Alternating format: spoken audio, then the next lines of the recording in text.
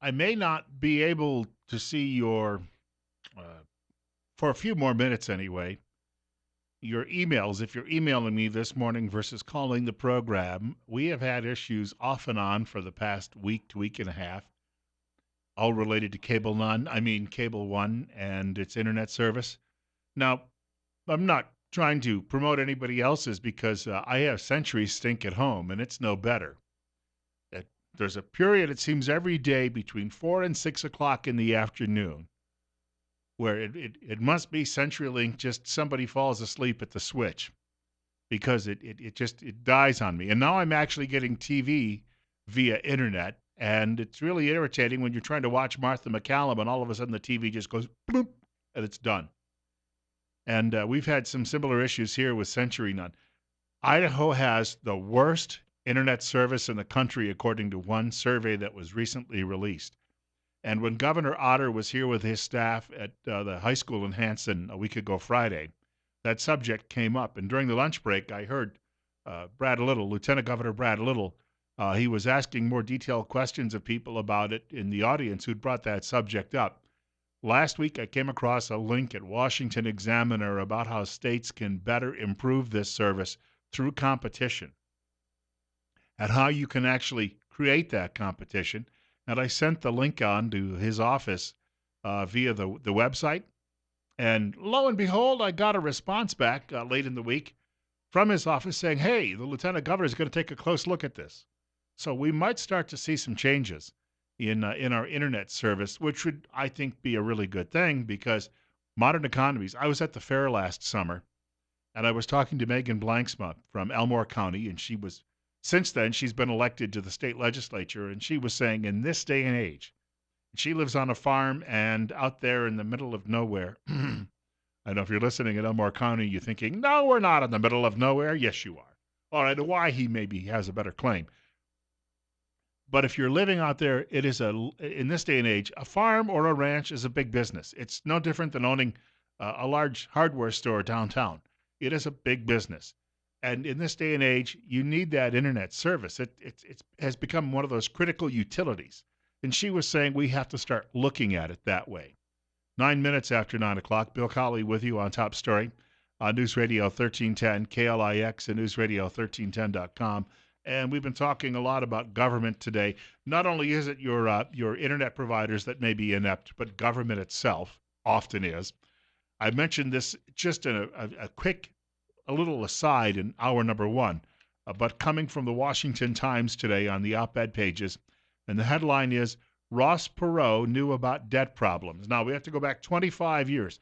Ross Perot was campaigning for president. I still to this day believe if he hadn't suddenly dropped out of the race in the summer and then gotten back in later on, and he ended up winning 1 out of 5 votes cast nationally.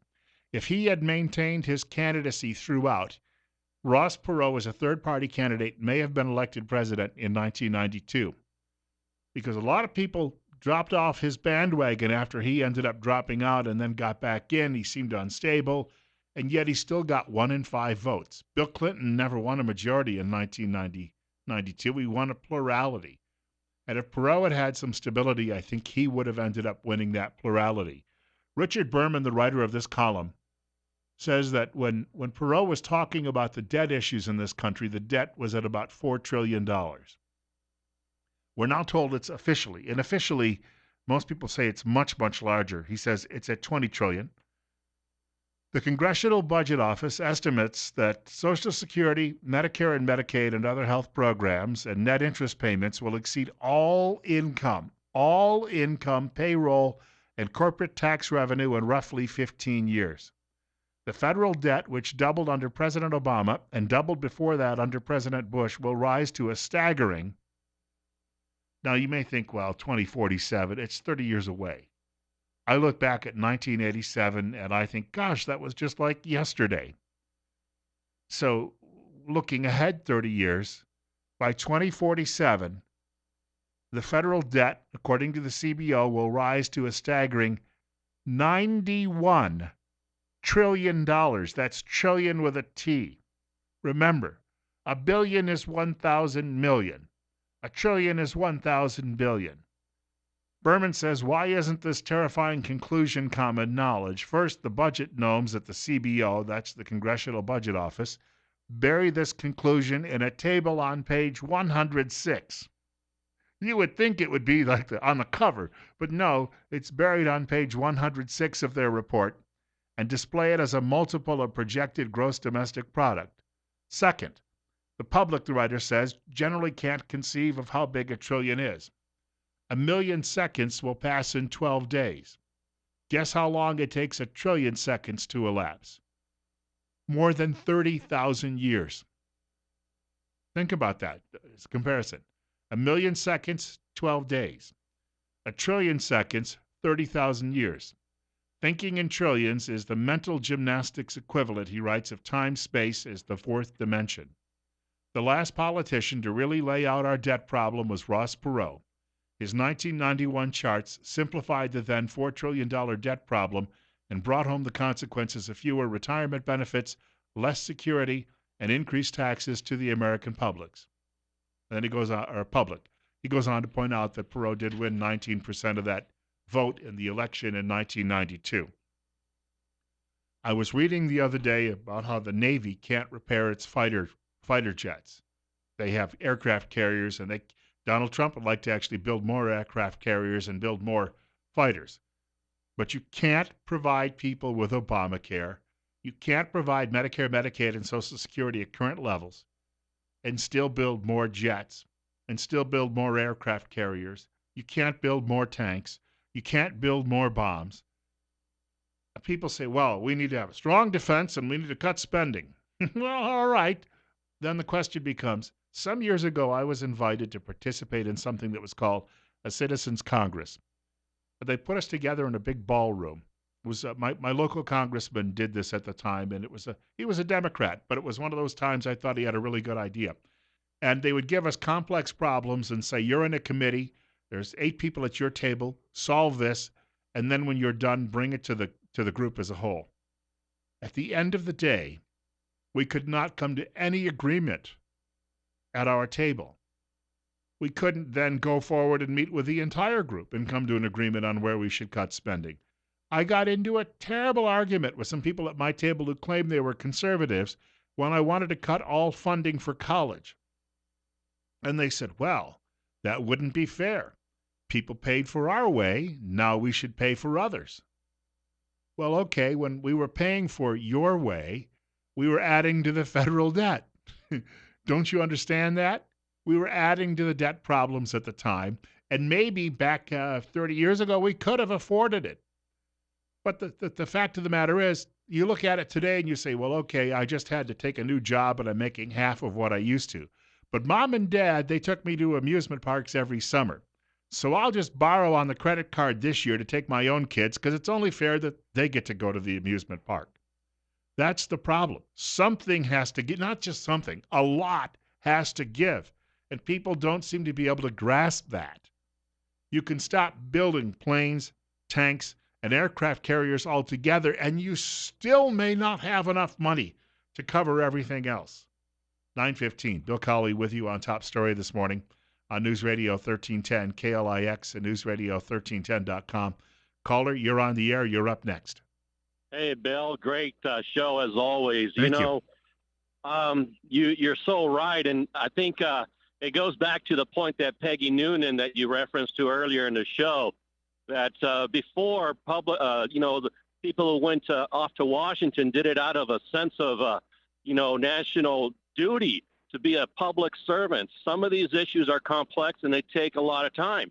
But when you have a Congress that's made up of a bunch of people that are in it to further their own, wealth, instead of looking at what is good for the country, you're not going to get these solutions. As a parent, when my child comes to me and says, I want this, I have to take a look and see, hey, do we have the money? Can we afford it? Or where are we going to cut? You just can't run a government, a country, and give things to everybody. Somewhere along the line, you have to make tough choices. And as long as we have people in Washington that are just in it for their own selfish greed, I'm afraid we're not going to find those solutions. Here's a question, though. If you turn around and tell people the truth, and they're expecting. I had a caller tell me one time that she was going to get her Social Security no matter what. And my point was, you and whose army? So if somebody comes to you and says you're going to have to lose this, what are their chances of getting reelected or being Well, that's elected in the the first place? and that's what we have right now.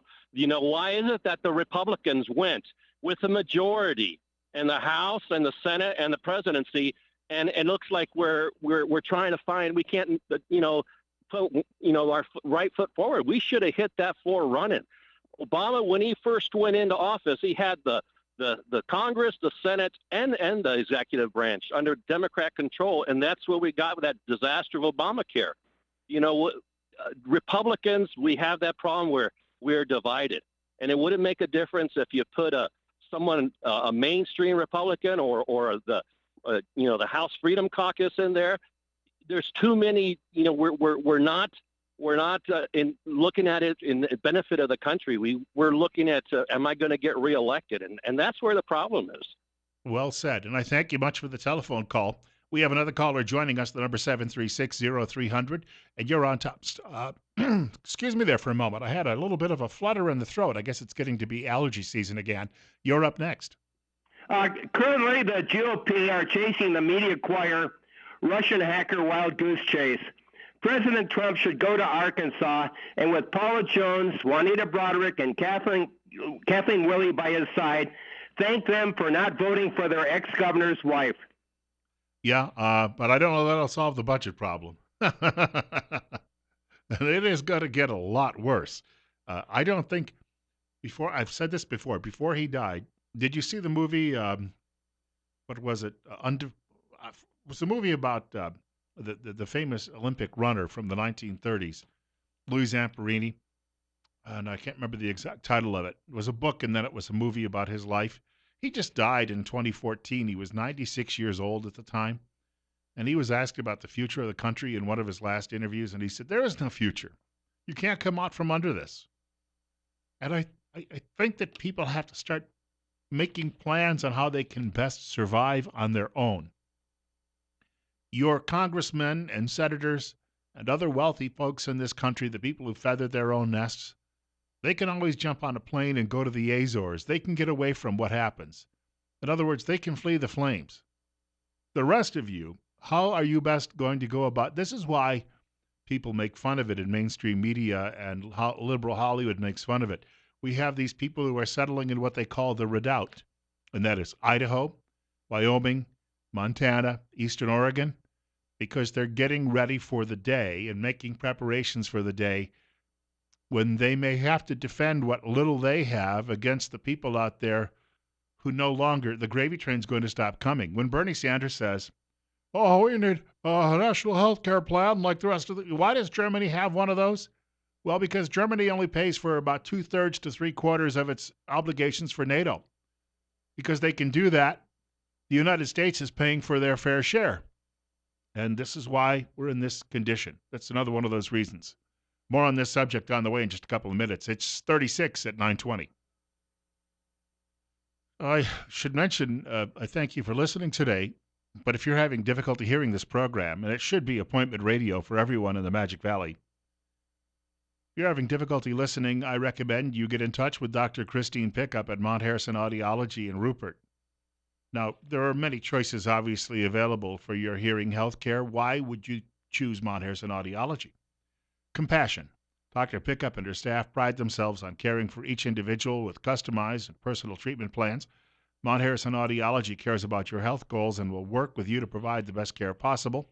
Call Mount Harrison Audiology for your appointment today, 208-312-0957. That's 312-0957.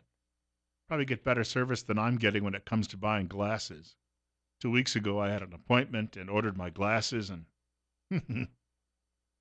called over the weekend and said, "Are they in yet?" "No, they're on back order." How can glasses be on back order, for crying out loud?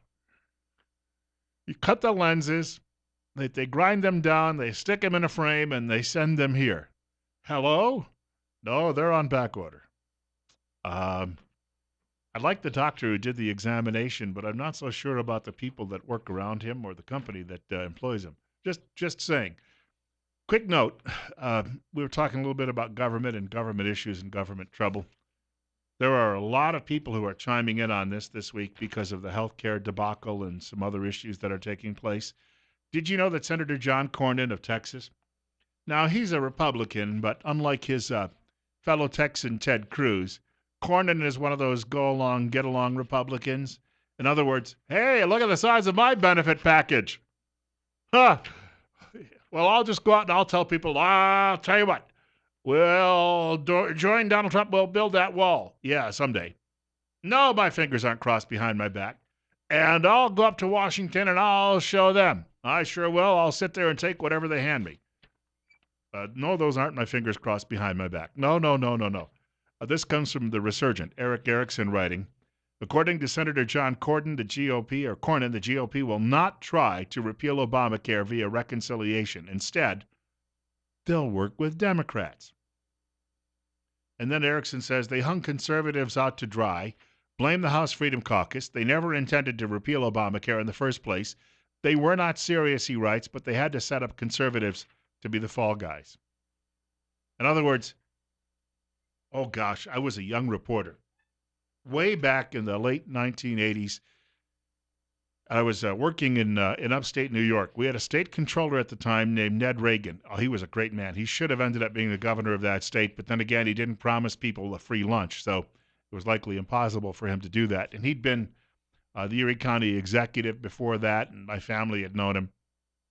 I was at a news conference one day, and I asked him a question about how government works, and he folded his arms, like crosswise, with his index fingers pointed out on each side. In other words, as if you're pointing in every different direction but yourself.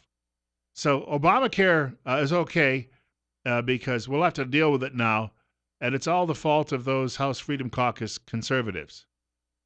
In other words, everybody is blaming someone else, and they don't have to do anything. And it's like, don't blame me.